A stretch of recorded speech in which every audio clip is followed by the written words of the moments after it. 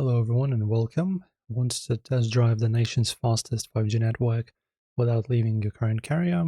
This year, T-Mobile's Network Pass, now officially rebranded as the T-Mobile Trial, gives you 30 days of unlimited data for free. And today, I'm showing you the setup to get a second line on your phone today. So let's walk through the steps. Before you download anything, there are three main rules for this year.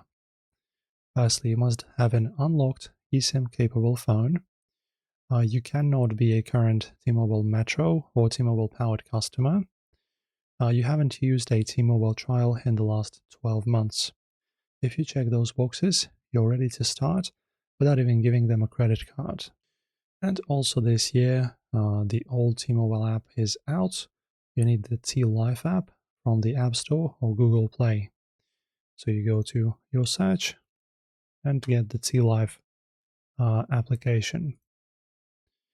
And then open that app and look for the Try T-Mobile or Get Started tile. The app will run a quick check to ensure your device is compatible and unlocked. You'll enter your name and email, and the app will instantly generate a temporary T-Mobile phone number for your trial. And now this is where the magic happens. The app will push a notification that a cellular plan is ready to be installed. Just tap it and your phone will download the T-Mobile eSIM in the background. When your phone asks which line to use for data, select T-Mobile. But for default voice line, keep your current carrier selected. This allows you to test T-Mobile's 5G speeds while still receiving calls and text on your primary number.